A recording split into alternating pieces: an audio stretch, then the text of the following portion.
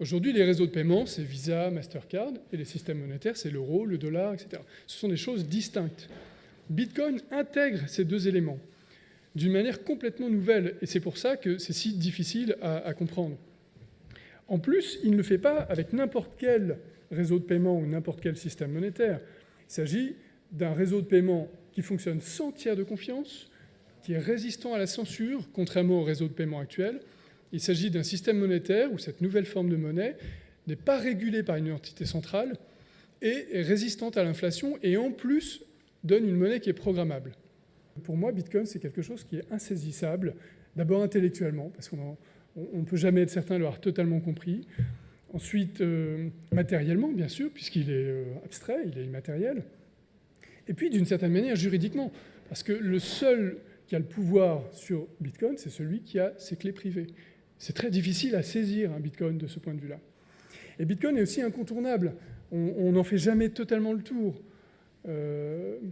Et puis surtout, il est de plus en plus hasardeux et imprudent de faire comme s'il n'existait pas, de vouloir le contourner.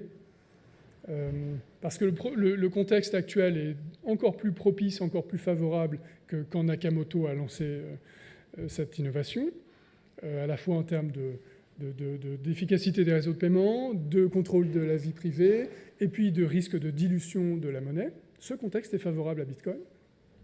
Contrairement au système financier traditionnel, la vérification de la pertinence, de la validité des transactions, elle est immédiate, elle est faite par tous les nœuds validateurs et elle se fait sans coût. Personne ne paye rien pour ça.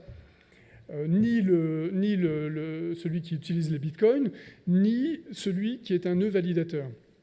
En revanche, l'enregistrement dans la base de données, qui est fait donc à la suite du minage, lui, il prend du temps, ça prend 10 minutes, et il représente un coût colossal.